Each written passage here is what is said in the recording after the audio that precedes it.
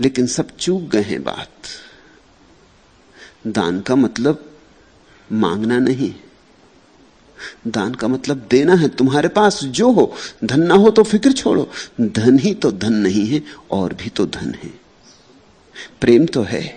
इतना निर्धन आदमी तो कोई भी नहीं कि जिसके हृदय में प्रेम ना हो। और प्रेम से बड़ा धन और क्या।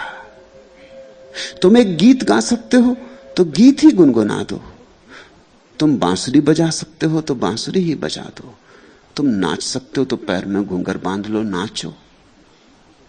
किसी के कान में तुम्हारे घूंघर की आवाज पड़ेगी, दान हुआ। तुम्हें कुछ बोध हुआ है, अपना बोध बांटो।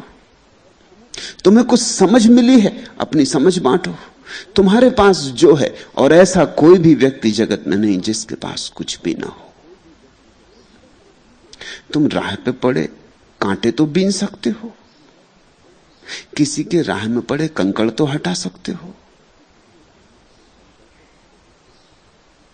किसी के पास बैठ के हंस तो सकते हो, किसी रोते के आंसू तो पहुंच सकते हो।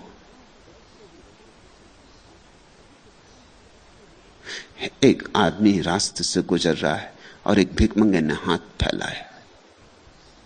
उस आदमी ने अपनी जेब में तलाशी, लेकिन कुछ था नहीं उसके पास। उसने भिखमंगे के हाथ में अपना हाथ रख दिया और कहा, भाई मुझे क्षमा कर, मेरे पास अभी कुछ भी नहीं, कल जब आऊंगा तो जरूर कुछ लेके आऊंगा।